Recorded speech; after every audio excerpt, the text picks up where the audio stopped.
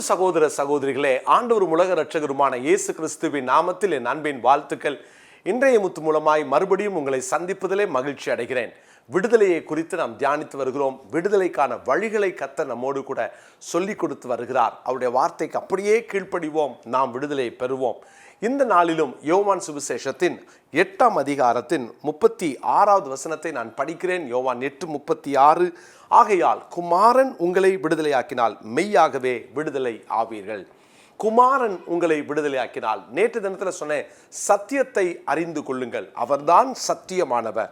இயேசு சத்தியபரர். அந்த சத்தியபரரை அறிந்து கொள்ளும் பொழுது, அவரால் தான் விடுதலை என்பதை அறிந்து கொள்ளும் பொழுது நிச்சயமாய் நமக்கு விடுதலை உண்டு. ஆனால் கர்த்தருடைய பிள்ளைகளே, குமாரன் விடுதலையாக்கினால் மெய்யாகவே விடுதலை ஆவீர்கள் என்று இங்கே வாசிக்கிறோம். ஆண்டவராகிய இயேசு கிறிஸ்து அந்த யூதர்களுக்கு அந்த விடுதலையை குறித்து பேசும் பொழுது அவர்கள் அங்க டிஸ்டர்ப் ஆறதை நம்ம பார்க்கிறோம். பிரியமானவர்களே, ஒருவேளை நம்மளை பார்த்து உங்களுக்கு ஒரு டெலிவரன்ஸ் வேணும், விடுதலை வேணும், உங்களை இந்த காரியத்திலிருந்து நீங்க வெளியே வரணும் அப்படின்னு சொல்லும்போது நிறைய பேர் வாழ்க்கையில் அதை ஏற்றுக்கொள்கிற மனநிலை நிறைய பேருக்கு இல்லை இல்லையா? உடனே எனக்கு என்ன விடுதலை அப்படின்னு போராடுகிறதை நாம் பார்க்கிறோம்.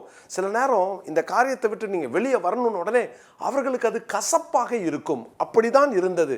உடனே என்ன சொல்றாங்க பாருங்க, நாங்கள் எதிலிருந்து விடுதலை வேணும்? நாங்கள் ஆபிரகாமின் சந்ததியார், நாங்கள் ஒரு காலம் ஒருவருக்கும் அடிமைகளாய் இருந்ததில்லை அப்படின்னு 33ஆம் வசனத்தில் சொல்றாங்க பாருங்களேன். அப்படின்னா இயேசு சொல்றார், குமாரன் விடுதலை ஆக்கினால் மெய்யாகவே விடுதலை ஆவீர்கள் என்று சொல்லி அவர் அடுத்த விடுதலைக்கான வழியை சொல்லுகிறார்.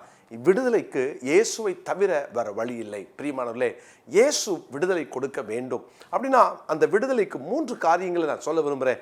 ஒன்று, அந்த யூதர்கள் அடிமைத்தனத்தை ஒப்புக்கொள்ளவில்லை. அவங்க நினைச்சுக்கிட்டாங்க, எங்களை யாரும் அடிமையா வச்சிருக்கல அப்படின்னு நினைச்சாங்க. ஆனால் இங்கே வாசிக்கிறோம், பாவத்திற்கும் பிசாசுக்கும் பாரம்பரியங்களுக்கும் அடிமைகளாய் வாழ்ந்து தேவனுடைய அன்பை இழந்து கொண்டிருக்கிற அந்த கூட்டத்தை குறித்து ஆண்டவர் சொன்னார், குமாரன் உங்களை விடுதலையாக்கணும். இந்த பாரம்பரிய அடிமைத்தனம் அல்லது பழைய நாட்கள் பழைய காலங்களுடைய இந்த அடிமைத்தனங்களிலிருந்து விடுதலை பெறணும்னா குமாரனால் மட்டும்தான் விடுதலை. அவருடைய சமூகத்திற்கு வரும் பொழுது அவர் உங்களை விடுதலை ஆக்குகிறார் என்பதை அன்றைக்கு அவர் சொல்லி கொடுத்தார். பிரியமானவர்களே, விடுதலைக்கு முதல் காரியமே விடுதலையை நாம் ஒப்புக்கொள்வோம். அன்றைக்கு அவர்களால் ஒப்புக்கொள்ள முடியல. நாங்கள் யாருக்கு அடிமை என்று தான் கேட்டார்களே தவிர அந்த விடுதலையை அவர்கள் வாழ்க்கையில பெற முடியாமல் போறதற்கு காரணம் அந்த ஒப்புக்கொள்ள முடியாத தன்மை. இன்றைக்கும் நிறைய பேர் நான் இதற்கு அடிமையா இருக்கிறேன் அப்படின்றத அவங்களால அக்செப்டே பண்ண முடியல. பிரியமானவர்களே, இன்னைக்கு உங்க வாழ்க்கையில சில அடிமைத்தனம் இருக்கிறது என்பதை உணர்றீங்களா? உங்களுக்குள்ள இருக்கிற அடிமைத்தனத்திலிருந்து வெளியே வரணும்னு நீங்கள் உணர்த்தப்படுறீங்களா? ஒருவேளை விடுதலை இல்லாத ஒரு நிலைமையில நீங்க இந்த வார்த்தையை கேட்டுட்டு இருந்தா, பிரியமானவர்களே, முதலாவது விடுதலைக்கு ஒப்புக்கொள்ளுங்கள். ஆமா, எனக்கு ஒரு விடுதலை வேணும் அப்படின்னு நீங்கள் ஒப்புக்கொள்வீர்களானால் உங்களுக்கு அந்த விடுதலையை அவர் தருவார். அந்த யூதர்கள் விடுதலையை இழக்கிறதற்கு காரணம் அல்லது விடுதலையை அனுபவிக்க முடியாமல் போகிறதுக்கு காரணம் அவர்கள் தாங்கள் அடிமைத்தனத்தில் இருப்பதை ஒப்புக்கொள்ளவில்லை. ஏதோ ஒரு அடிமைத்தனத்தில் வாழலாம். ஒருவேளை இந்த வசனத்தை நான் வாசிக்கிறேன், நீங்க புரிஞ்சுக்குவீங்க. 2 பேதுரு 2:19 வாசிக்கிறேன். 2 பேதுரு 2:19. தாங்களே கேட்டுக்கு அடிமைகளாய் இருந்தும் அவர்களுக்கு சுயாதீனத்தை வாக்குத்தத்தம் பண்ணுகிறார்கள். எதினால் ஒருவன் ஜெயிக்கப்பட்டிருக்கிறானோ அதற்கு அவன் அடிமைப்பட்டிருக்கிறானே. எதினால் ஒருவன் ஜெயிக்கப்பட்டிருக்கிறானோ, கோபம் உங்களை ஜெயிக்குதா? கசப்பு உங்களை ஜெயிக்குதா? அல்லது பகைகள் உங்களை ஜெயிக்குதா? சில பழக்க வழக்கங்கள் உங்களை ஜெயிக்குதா? ஐயோ, என்னால் அதை விட முடியல, நான் வெளியே வந்துட்டேன்னு நினைக்கிறேன், ஆனாலும் திரும்ப திரும்ப என்னை மேற்கொள்ளுதுன்னு சொல்ற ஏதோ ஒரு காரியம் உங்களோடு கூட போராடி கொண்டிருக்கிறதா? அது உங்களை ஜெயிக்கிறது. அப்படின்னா அதற்கு நாம் அடிமையா இருக்கிறோம். இந்த விடுதலைக்கு குமாரன் இயேசு உங்களை விடுதலையாக்க வேண்டும். முதலாவதாக குமாரன் விடுதலையாக்க வேண்டும் என்றால் முதலாவது ஒப்புக்கொள்ளுங்கள். இரண்டாவது, அதே யோவான் சுவிசேஷம் 8ஆம் அதிகாரத்தின் 35ஆம் வசனத்தை நான் வாசிக்கிறேன். அடிமையானவன் என்றைக்கும் வீட்டிலே நிலைத்திரான், குமாரன் என்றைக்கும் நிலைத்திருக்கிறார்.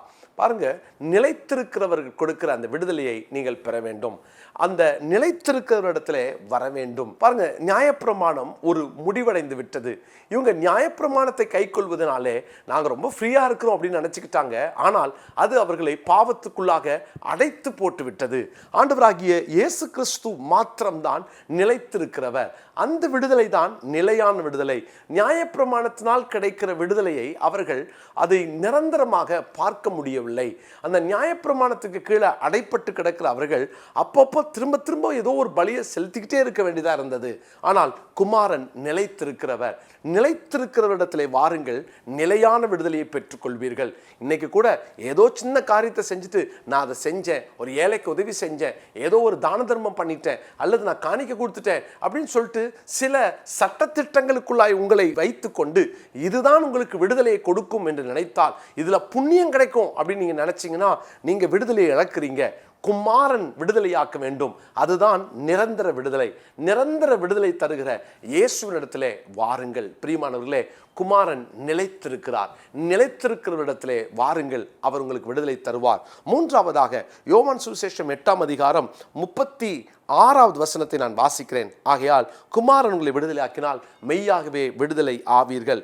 46வது வசனத்தையும் வாசிக்கிறேன். என்னிடத்திலே பாவம் உண்டென்று உங்களில் யார் என்னை குற்றப்படுத்த கூடும்? நான் சத்தியத்தை சொல்லியிருக்க நீங்கள் ஏன் என்னை விசுவாசிக்கிறதில்லை?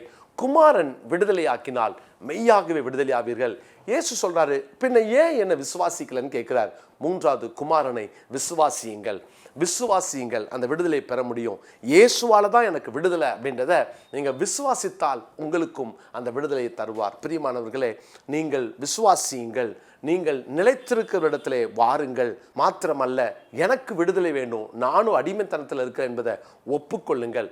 இந்த 3 காரியத்தையும் நம்முடைய வாழ்க்கையில் இன்றைக்கு கை கொள்வோமா? ஒப்புக்கொள்ளுகிற காரியம், அவரிடத்திலே வந்து நிலைத்திருக்கிற இடத்துல வந்து அந்த விடுதலையை பெற்றுக்கொள்ள வேண்டும். மூன்றாவது, அவரிடத்துல வந்துட்டேன், எனக்கு கண்டிப்பா விடுதலை கிடைக்குன்ற அந்த நம்பிக்கை, அந்த விசுவாசம் நமக்கு வேண்டும்.